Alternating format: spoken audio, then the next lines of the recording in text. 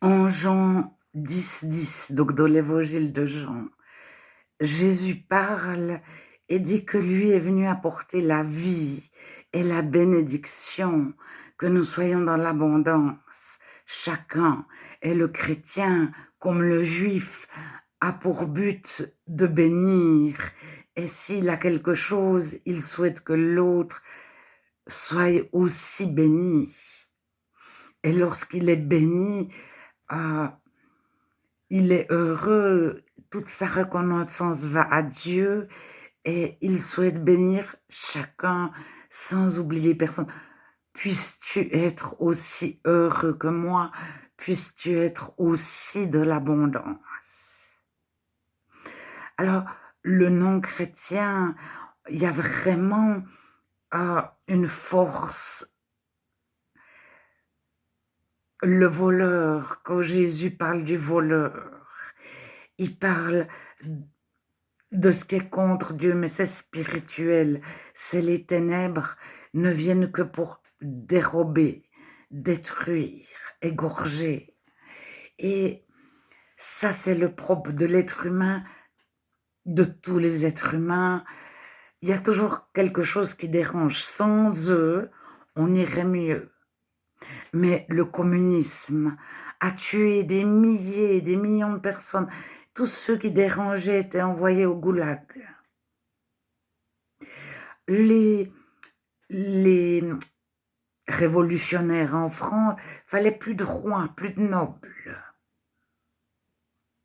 Après, faut plus de bébés parce que la femme, trop de bébés, ça la fait souffrir. Faut éliminer tous les bébés. Et de tous les modèles de société, l'extrême droite, la gauche, etc., il y a toujours, s'il n'y avait pas les violeurs, on en est à MeToo. Si les hommes étaient différents,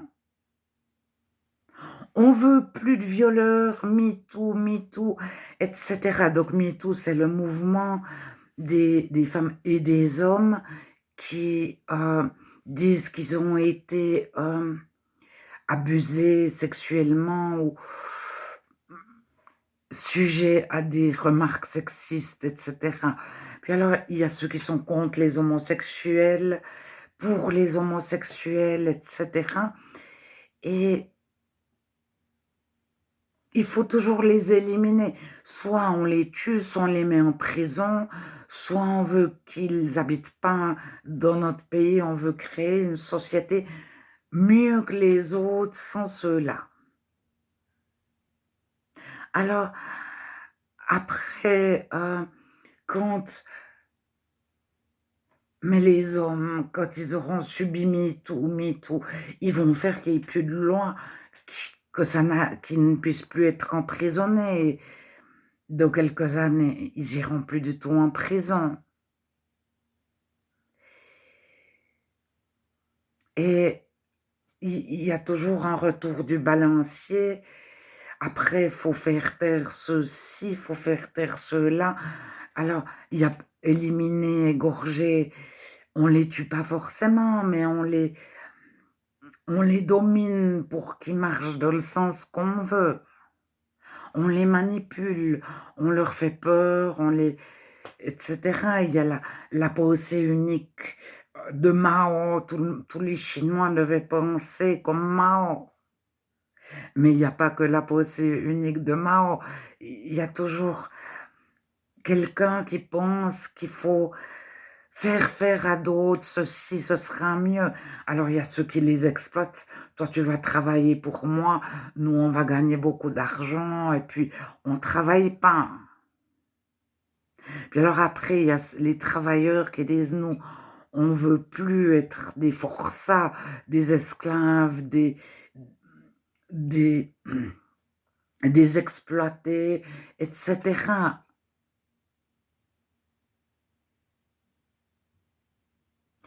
Alors, le chrétien ne lutte pas contre ceux de gauche, ceux de droite, les royalistes, les ceci, les altermondialistes, etc.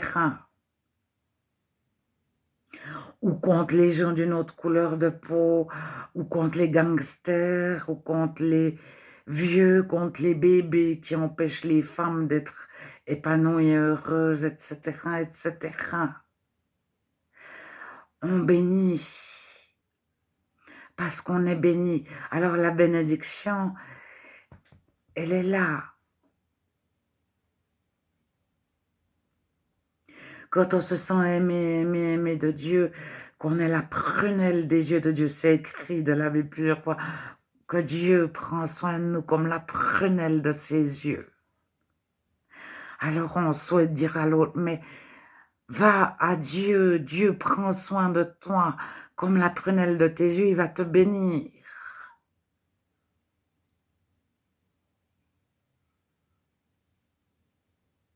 Alors que tu sois riche, pauvre, que tu aies du pouvoir ou pas, que tu sois blanc ou plus foncé, que tu sois homosexuel, gangster, puis alors, le gangster peut être en costard-cravate, euh, etc.,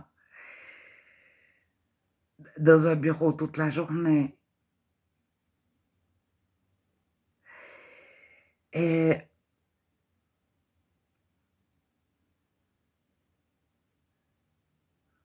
moi, je crois que les personnes, je parle aussi pour moi, lorsqu'on se détourne de Dieu, lorsqu'on rejette Dieu,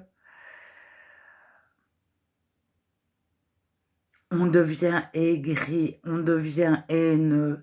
À la place, le fruit de l'esprit, c'est la paix, c'est le pardon, c'est la sagesse, c'est l'amour, c'est la joie.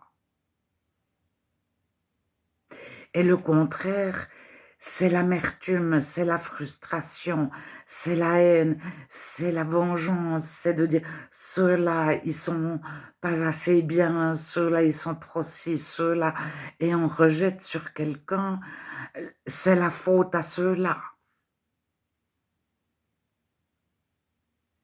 Et quand vraiment on a rejeté Dieu, et puis que on trouve plus, on n'est plus contre les criminels, on n'est plus contre les tel et tel pays, tel et tel, on devient contre les juifs et les chrétiens.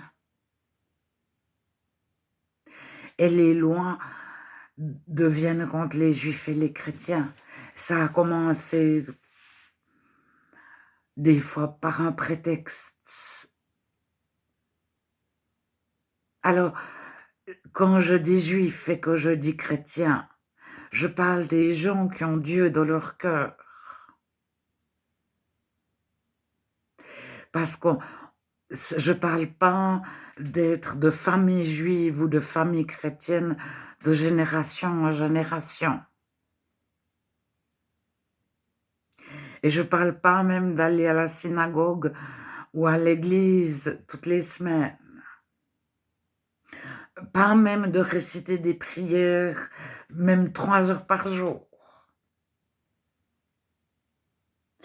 Avoir la conscience de Dieu, avoir le cœur à nu devant Dieu constamment, être aimé de Dieu, se savoir aimé de Dieu. Et même si on s'éloigne, on revient, Dieu revient nous chercher inlassablement. Il est où on l'a laissé la dernière fois.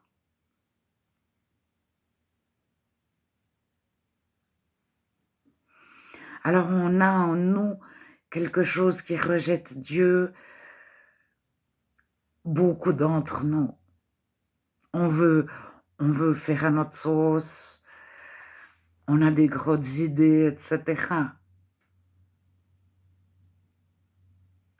Alors Dieu, il aime nos idées, il nous aime, on est ses enfants, on est précieux à ses yeux. Mais il nous définit un espace, quand on est rempli du Saint-Esprit, nos idées sont générées par la foi, par l'amour, par la paix, par la douceur, par la bonté.